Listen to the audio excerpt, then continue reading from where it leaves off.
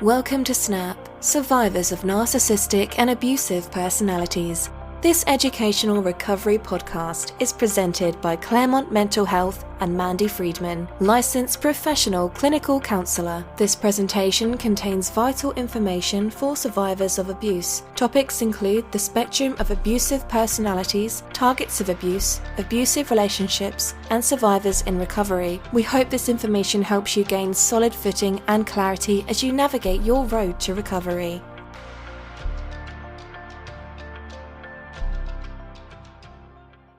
Hi everyone, I'm Mandy Friedman, licensed professional clinical counselor, clinically certified domestic violence counselor, the creator of SNAP, Survivors of Narcissistic and Abusive Personalities, and the owner of Claremont Mental Health.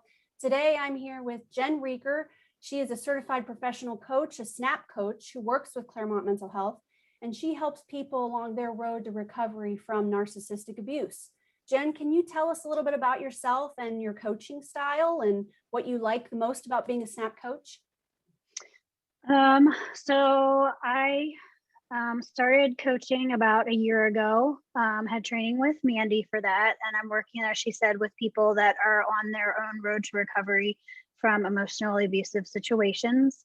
My approach is, of course, empathetic, holding space for people, giving them gentle guidance, sometimes maybe a little more of a push when they need it.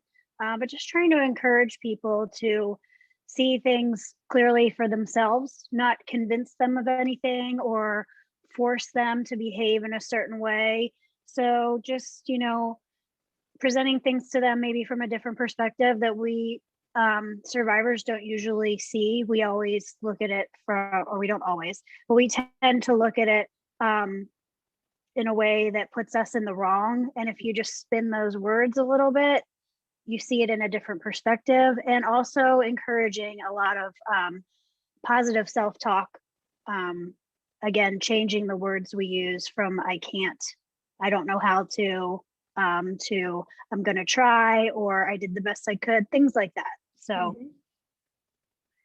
Awesome. And you use elements of the SNAP program yes, as part of your foundation for helping people. Yes, absolutely. And what part of that do you think has been most helpful for you? I think it's really a lot of learning the terminology, because we experience things and maybe we know, that seemed a little strange, but we can't put our finger on why it was strange or have the verbiage to explain it. And if you can explain it to yourself and make it make sense to you, then it's easier to process it, accept it, and move past that. So I think it's really helpful to have the terms that we use and the understanding of those terms. Yeah, like because it's not something you encounter. Yeah, it's not something you would use in everyday life unless you've experienced a situation like this. So most of us are not familiar with these things and what they mean. Which is interesting you bring this up, and I'm going to digress here for just a moment. But when we were doing a little bit of research for this video just now, we ran into something that was funny, interesting, but also really scary and really actually pisses me off. But we were Googling just to see, what other information is out there before we decided to record and make some notes and get some ideas together. And someone was on Quora and they were asking the question, somebody just said to me that I was gaslighting them. Someone just said to me that I was an abuse apologist. And a person responded to that and said, oh yeah, that person has been, that person's under the influence of social justice warriors and snowflakes. So I guess that makes us snowflakes. I guess so. And I'm okay with that. Each one's individual, right? And I guess that also makes us social justice warriors too, then, because we teach people about the terminology. Yeah. Yeah. And people that don't like that are terming it as a negative. Yeah. But it's not a negative. It's just people are tired of the status quo. Yeah. And we're kind of tired of people hurting each other and getting away with it. Yeah. Like, Yes. yeah, especially women, Especially women, for you sure. know? Yeah. Interesting.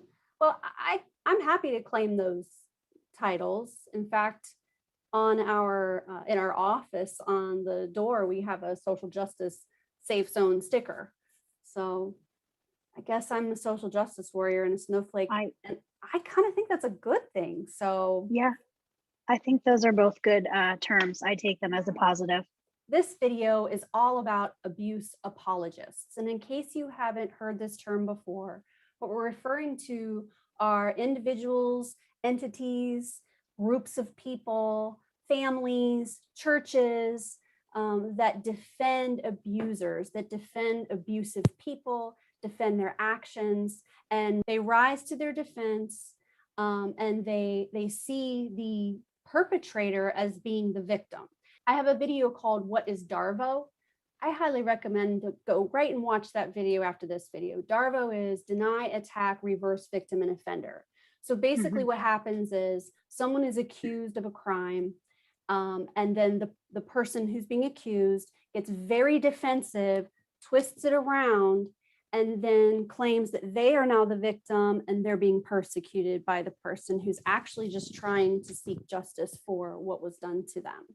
So as part of that system of DARVO, you have people that come to the defense of the abusive people, and this happens all the time. And so Jen and I are going to talk about why they do this, who are they, and just get into it a little bit further. So, oh, and we have Stormy here to help. Do you hate abuse apologists? Yes. Do you hate abuse apologists? He does. He can't stand them, right? Those jerks. Okay, so one reason why somebody would be an abuse apologist is because they're uneducated. And, you know, thank God. I mean, you kind of feel bad because it's like, if you've lived a life where you don't know this exists, that's a great life. I mean, Right. like, you know, like good for you. Good for you that you're unaware, because that means that your life has been great compared to a lot of other people's. Right. So they just don't know. They've lived a sheltered life, and they maybe have never known anyone, or let's just say, obviously they've known someone, but they've never had an in-depth conversation, an intimate, vulnerable conversation when somebody told them, you know, what it's like to have an abuser who acts one way in public and another way at home. Now, there's some abusers that it's just obvious that they are, and everyone thinks is a bad guy. But what we're specifically talking about is when the abuser is a well-liked individual for the most part. And some examples of that we came up with were Bill Cosby, Michael Jackson, Matt Lauer, O.J. Simpson, Tom Brokaw. And then there was an ashram yogi, famous dude, Bikram Yoga. There's actually a lot of documentaries about all of these guys, for the most part. Jeffrey Epstein that you mentioned, and the Bikram Yoga guy, he's got a documentary on Netflix as well. So there's plenty of examples of people who have been well liked. And the people that support them, also people who have been sheltered and they don't realize that it exists. They might acknowledge it exists, but it's kind of like the boogeyman. It's out there, but it's very rare, and it's only there in extreme circumstances. It's the things, you know, the big news. But if it's the neighbor next door, it's like, nah, you know, like if it's a coach that at the school, no way, that guy is too nice, he would never, Right. you know, so they will acknowledge it exists, but not to the degree that it actually exists. And then Jen, you wanted to talk about how that uneducated people in positions of power that affect the targets or the victims or the survivors themselves, like in the court system. Can you talk a little bit about that? Yeah, so it's very prevalent in domestic court for the abusers to be kind of protected or looked at as the victim, just because it's been the culture for so long. And there's just not the education for the people involved, judges, guardians ad litem, even a lot of the police officers and whatnot that have to get involved with calls to houses and things like that. They just are not educated on the various types of abuse and what a reaction to that may look like.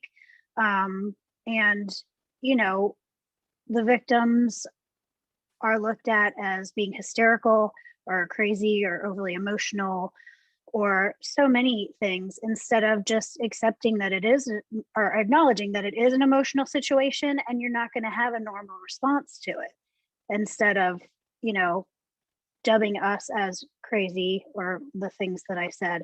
But again, there's just a lack of education there. And if people are acknowledging that there's an issue to certain members of the domestic courts that aren't educated on this, they think that you're being vindictive, or you're bitter, or you know, you're just out to get this person that hurt you. And that's not it at all. You're trying to protect yourself or your family or whatever the case may be. But instead of being acknowledged as the protective person, you're acknowledged as a crazy person. And don't forget that psychopathic abusers have a low resting heart rate. They're very duplicitous. They're amazing actors. And so you can be in a court setting and they look completely calm. They're organized with their stuff. They, you know, they're even keel. They seem reasonable. And then the person who has endured the abuse is a wreck and a mess and nervous and angry. And it's easy for it to seem like that the one person is mentally unstable while the other one is actually the stable parent. So yeah, education about this topic needs to happen at all levels of society, because they are everywhere. They're in the churches, they're in the schools, they're in the courts, they're in the hospitals, there's the fucking daycare. They're everywhere, literally, and especially where they have access to people. And those a lot of times are vulnerable individuals. So we all need to know about it. And reacting emotionally seems to be something that people just condemn you for instantly, instead of it, you know, you're supposed to be a robot in so many areas of the legal system, not just domestic court, but we're all human beings with diverse emotions. And of course you're going to react emotionally, and you shouldn't be slighted for that, because you do. It's just so backwards. It doesn't make any sense. And even so, like thinking back to the Brett Kavanaugh trial, or there was an interview with R. Kelly. Stop eating the microphone, Stormy. That's not food. Stop. Get off the microphone. Cut it out. This is the same stuff you're going to get kicked out for. No more. There you go. The Brett Kavanaugh trial, there was an R. Kelly interview, and they get very emotional and upset. How dare you? You know, face all twisted up and tears. Oh, you know, like incredibly emotional. And then Dr. Ford sat there and mustered every bit of courage and kept her cool and methodically named facts. And it's just ironic. You know, it's just really interesting. That's the whole Darvo thing. But watch that video. Anyhow, okay, so uneducated people are contributing to the problem. Next are the people that think it's normal. And that is so sad. That means that either it's normal because they themselves are abusers and it's normal to them for people to act that way, or because you grew up in a house where everyone was abusing everyone. And you turned out okay, right? Did ya though? You know?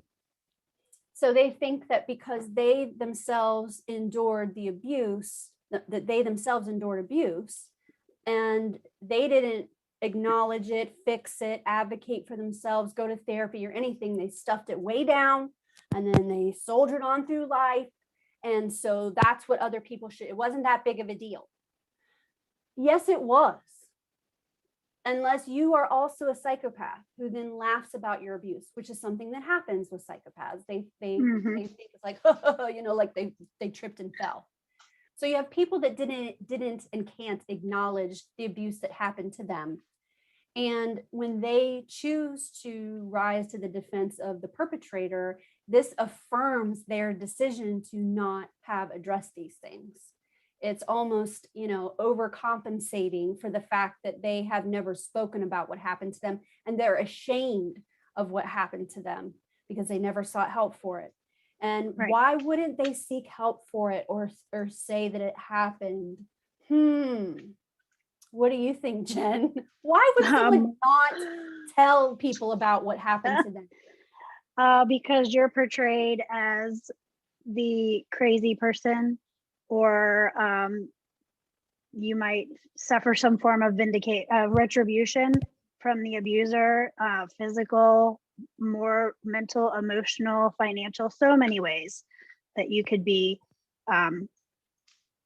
abused again just for telling your side of the story. The shame of, Yes. As we feel allowing this to happen to us, it takes a while to accept that it happened and not look at it as a shameful thing that we let it happen, and more look at it as, this is something that happened to me and I'm going to heal and grow from it.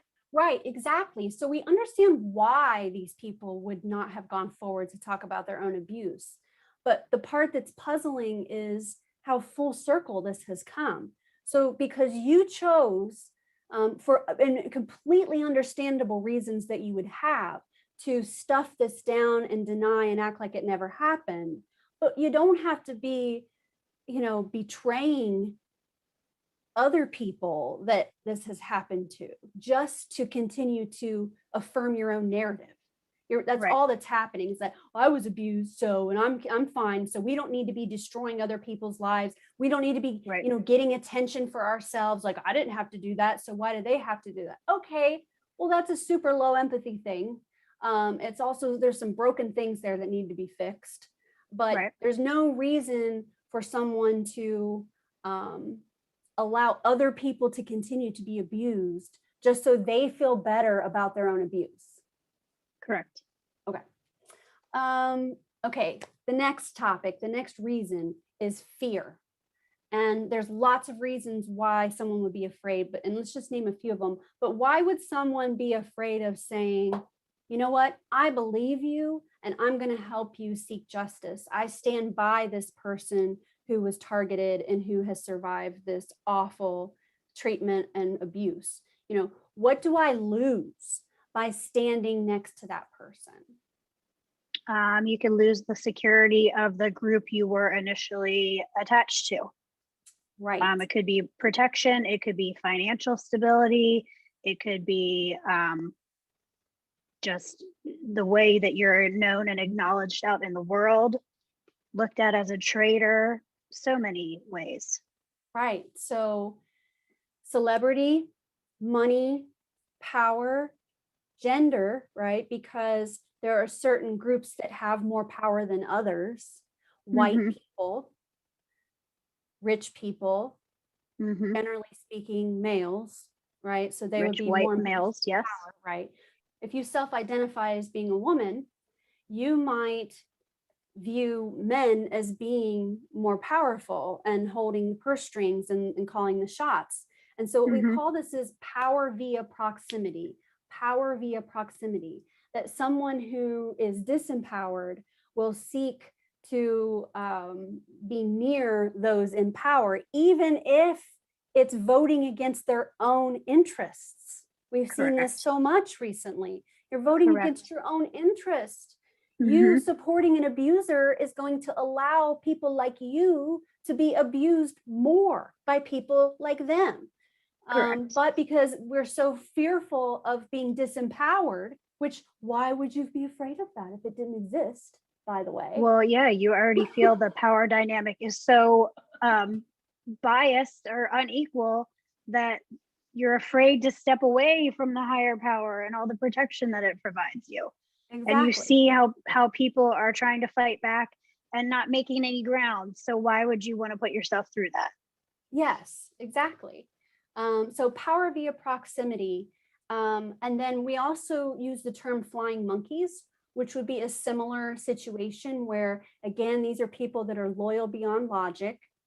They would be somebody who would be the eyes and ears of the abuser, and they might present themselves as being supportive even initially, and then go back and feed information back to the abusive people. So, and then there's also just generally misplaced loyalty, where maybe it's someone they've known a really long time who's being accused, and they think that they know this person, and they don't realize how duplicitous these individuals can be, and they're just not willing to say, I was wrong. Acknowledge that this person has a different side to them than they'd ever witnessed before. Yeah. Okay, so we had people that are uneducated about the topic, people that think it's normal, and God, that's so freaking sad. And also there's a lot of fear. Jen and I found a lot of common things that abuse apologists say, and we don't have time to go through all of them in great detail. So Jen, could you just fire off like 5 of the ones that we found while we were doing research? Yes. So he feels awful. Hasn't he suffered enough? You're ruining his life, but he's changed. Be the bigger person. Why didn't you say anything before? I'm not taking sides. It was all so long ago. You're making too big of a deal over this. Yes. Why didn't you say something sooner? It was such a long time ago. Oh, she's trying to get money because he's rich, so she's a gold digger. And she just wants attention. And it's so crazy that this has been such a cultural norm for us for so long, because I even find myself having those thoughts occasionally and going, wait a second, like it's almost a knee-jerk reaction, because it's just been so ingrained in you, right? That there is this power hierarchy, and that's the way things have always been. And when you start to realize that it's not okay, then you just have to like kind of teach yourself to think differently and see things in a different light. Right. And accepting that this is a reality. And for some people, it unravels their whole theory of mind, and they just can't handle that, and which is understandable. So abuse apologists, shut the fuck up. You don't know what you're talking about. There's a lot of fear there. And also, it isn't normal. This is not normal. Abusing people isn't normal. Putting children in cages and separating them from their family, that's not normal under any circumstance.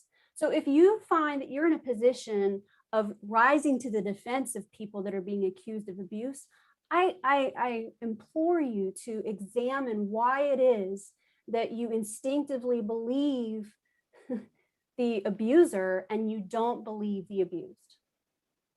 Okay, if you found this video to be helpful, please do me a favor. I need affirmation too. Therapists also seek affirmation. If you wouldn't mind clicking like and subscribe, and if you would like to see Jen for SNAP coaching, you'll need to email info, INFO, at ClaremontMentalHealth.care. That's INFO at Claremont, CLERMONT, mentalhealth.care. Thanks for watching. Bye, everybody. Bye. If you like this podcast, subscribe and leave us a review. Find Mandy Friedman, LPCC, CCDVC on YouTube and Facebook. Join the SNAP Survivors of Narcissistic and Abusive Personalities Facebook group and follow us on Instagram @theofficialsnap. Thanks for listening.